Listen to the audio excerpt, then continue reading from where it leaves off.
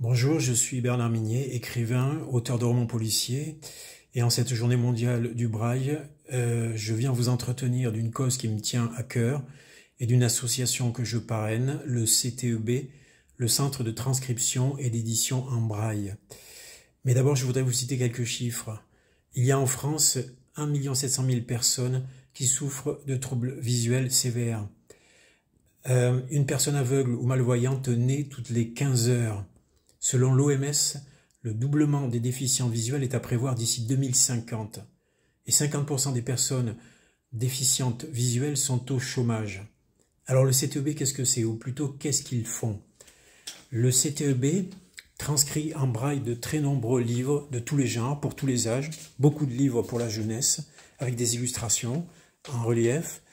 Ils transcrivent aussi des relevés bancaires pour toutes les grandes banques françaises. 8000 relevés envoyés chaque mois.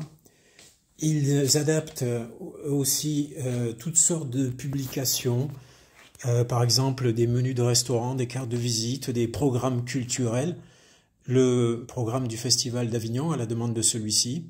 Ils font de la signalétique dans les milieux publics, dans les théâtres, dans les transports.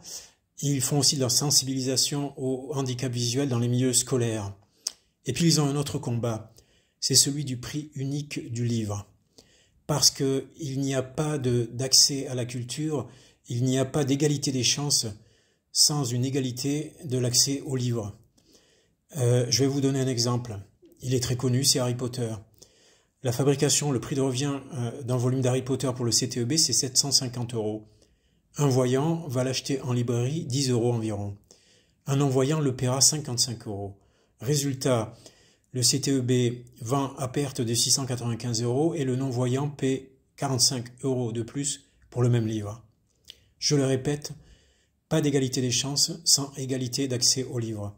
Alors vous me direz, pourquoi les livres en braille, pourquoi les livres papier sont indispensables à l'heure d'Internet et du livre audio? Eh bien déjà parce que, contrairement au livre audio, le livre en braille apprend l'orthographe. On y trouve les virgules, les points, les italiques, les caractères gras, c'est le texte exactement comme pour les voyants.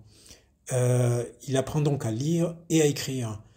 Il permet de développer de multiples zones cognitives, le langage, la mémoire, la logique, l'apprentissage, l'imaginaire.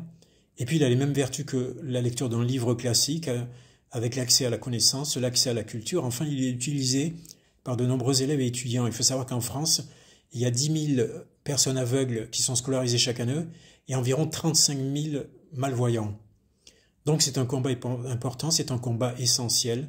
Il faut changer la loi, cette fameuse loi de 1981 sur le prix unique du livre, et ce d'autant plus que le gouvernement a déclaré la lecture grande cause nationale. Alors comment faire? Comment financer tout ça? Eh bien, par exemple, si 10 centimes du prix d'achat d'un livre classique était reversé à l'édition adaptée, c'est-à-dire à l'édition en braille, elle serait entièrement financée. Alors moi je suis voyant, j'ai cette chance, même si je suis très myope. Je suis entouré de milliers de livres et je ne pourrais pas me passer d'eux, je ne pourrais pas vivre sans eux. Et je pense à James Joyce, ce grand écrivain qui à la fin de sa vie perdait la vue, et au drame que ça a dû être pour quelqu'un qui avait passé sa vie à lire et à écrire. Je crois que personne ne peut imaginer ce que c'est que d'être non-voyant ou malvoyant, à part les non-voyants et les malvoyants eux-mêmes. Mais nous avons les moyens, nous pouvons partager avec eux la culture, la littérature, la lecture, l'éducation. C'est dans nos moyens, c'est faisable. Alors, on est au XXIe siècle, messieurs les politiques, monsieur le ministre de l'Éducation, madame la ministre de la Culture, messieurs les députés, et nous tous ici, il est peut-être temps de s'y mettre.